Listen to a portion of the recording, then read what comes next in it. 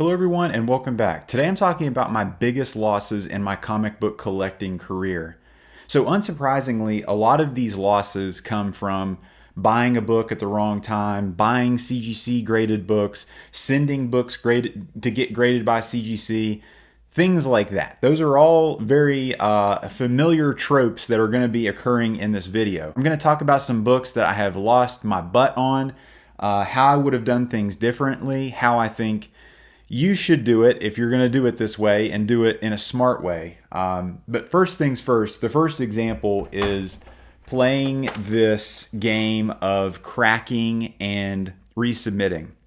So if you're not aware with CGC, grading comic books, you send your book down there, you get it graded, they put it in a slab, and supposedly it's worth more than it once was that was not slabbed. Well, one of the ways that you could potentially make your collectible more valuable is cracking a book out of a slab, a previously graded book, and sending it down there to get a higher or better grade after theoretically cleaning, pressing, making the collectible better than it once was. Well, the problem is you're spending, you're still paying that graded book price from the get-go to get the book, and then sending it down there and then having it graded and paying that grading fee and then potentially paying the cleaning and the pressing and all that. Sometimes it pays off, but most of the time you either get the same grade you had or it comes back lower because, the CGC gods did not show favor on you. This is something that you need to be very, very careful with, something that you need to know what the hell you're doing before you start messing with that. Another example of some of the biggest losses I've taken is this. When I first got into this and I got into my dad's collection, this was one of the books that was one of the best books in that collection. And as you can see, there are some major issues with this book. Not only is it a low-grade book, but there's some issues that could be corrected with somebody that knew what the hell they were doing when they were getting it graded. And so one of the things that this book could get benefited from was cleaning and pressing. Sending your book down there without cleaning and pressing, with not having this book looked at by somebody that knows what the hell they're doing, you're potentially throwing away hundreds, if not thousands of dollars in certain circumstances. So sending this down there, not having it cleaned and pressed, was a huge mistake, as well as the other 9 or 10 books that I sent with it. There are major issues with this that I think could be corrected. Now, as far as some dollar figures, let's talk about this. Another thing that's going to be frequently talked about in this video is the MCU Speculation fiasco of 2021. This is Special Marvel Edition 15, first appearance of Shang-Chi in a 5.0. Because when CGC was all backed up, I thought it was a great idea to send this through the walkthrough tier. At that time, this was the most expensive and fastest way to get your comic book graded. Well, this book cost me $125 to have graded. This book, in its condition, the way this sits right now in this current market, is not worth $125, period. I would say that this book is worth less than $100, if that, in this grade. So this is one of the biggest losses, and as well as all of the books that I submitted in that submission. Going back and watching this video is extremely painful because several of these books, including my Tuma Dracula number 10, which was included in that, I paid $800, $900 for that raw, spent $125 to get it graded, and then I ended up selling it and took about a $500, $600 loss on it. Huge mistake, very embarrassing to go back and watch this video of somebody, I look at that guy and you want to you're like screaming at the screen, just stop, no, no, no. That's literally what I'm looking when I'm watching that guy, previous me.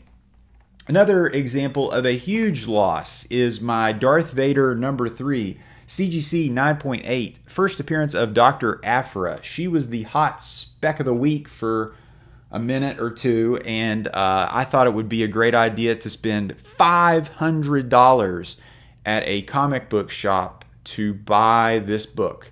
I paid the absolute premium, the highest this book ever got. First print, several printings of this book. You can tell by the color in the back. And man, I messed up bad on that. I've seen this book sell for as low as like $150. Usually it floats around that $200, $175 type price tag. Just a total mistake. This is an example of messing up, and then I got away with it. I got lucky. So I ended up buying this Strange Tales 110, first Doctor Strange, in a old CGC graded slab. I actually bought this as a 2.5, I believe, and I believe I paid $1,725. So $1,725. And shortly after I bought it, I held on to the old slab for a while. Within months, it had fallen hundreds of dollars in value. I sent it back in after attempting to press it and clean it myself, and it came back 2 full points higher to a 3.5. I actually saved my butt by doing this, by resubmitting this, and I would assume this is around that value now, $1,500, $1,600, $1,700 type value. So I got lucky on that. That was one of the better things. This Avengers number 8.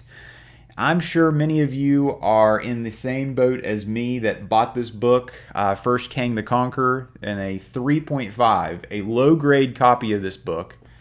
And to go with it, I bought the first Ramatut Fantastic Four 19, really cool Silver Age Fantastic Four book. But I went hot and heavy on that speculation and spent, I think for these two books, I probably spent like $850 total for both of them. I think you'd be lucky to get a couple $100 for this. It may be worth $300. I don't know, but I lost over half on these two books. My biggest loss I've ever had was on my Hulk 181. I no longer have that book. In Hulk 181 and a CGC 4.0. I've kind of talked about this many times on the channel. I bought that for $4,200, the highest it had ever been. And I sold it on eBay for around $2,000, $2,100. And of course, with the eBay fees, I lost well over $2,000, closer to $2,400, $2,500 on that. That is by far my biggest loss. This is Amazing Spider-Man number 14, First Green Goblin. Great book. Bought this, I want to say I bought this for $2,000. Maybe $1,800. I'll have to go back and check the records, but it's worth nowhere near that now, especially in this grade. This is a book that if you're spending that kind of money now, you could get this in a nice mid-grade, maybe even like a 5.5, 6.0 type condition. Really, really unfortunate. Bought this at the wrong time. Great book. Love this book, but I lost hundreds of dollars on that. This is my Ultimate Fallout number 4, first print, first Miles Morales, and I call this a loss because I should have sold this at a different time. I've held on to this book. This book was selling for $3,000, $3,500. I bought this book raw for $250. It did not have the poly bag on it, and I submitted it. I paid the whatever fee it was, $25, $30 to get this graded. And instead of cashing out at the casino, which I would have made 10 times. I mean, you're talking like if I had $300 tied up in this and I sold this for $3,000, I mean, that any comic book speculator or any comic book flipper, I mean, that is hitting a gold mine. And this book now is worth, I would say, less than $1,000, probably 900 and some. Still have done very well, quadrupled my money for all intents and purposes, but I didn't know what I was doing. I held it too long. I thought things were still going to keep going up and up and up and up. Still a great book, but the problem with this book is there are more and more 9.8s coming out every single day. If you check the census, one of the most common modern books that's graded, and the 9.8, I believe, is the most common grade there is.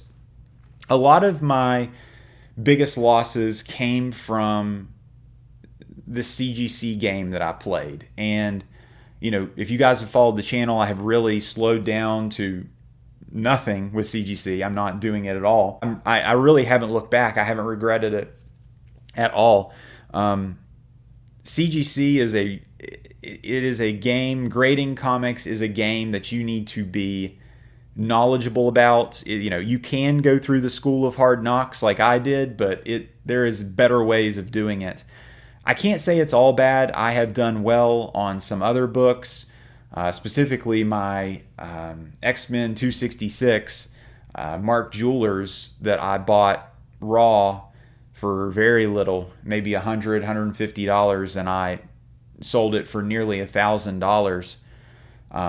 So it's not been all bad. I know a lot of people in the comments say, Sticky Goose, have you done anything right? Well, I mean, yes, there's been some wins, and that keeps you coming back. You know what I mean? It keeps you coming back to keep trying and trying again, but I would not recommend going down the path that I did. Guys, what are some of your biggest losses in your comic book collecting career? Let me know. If at any point in time you like this video, give the thumbs up. And if you like this video, subscribe for more. Take care.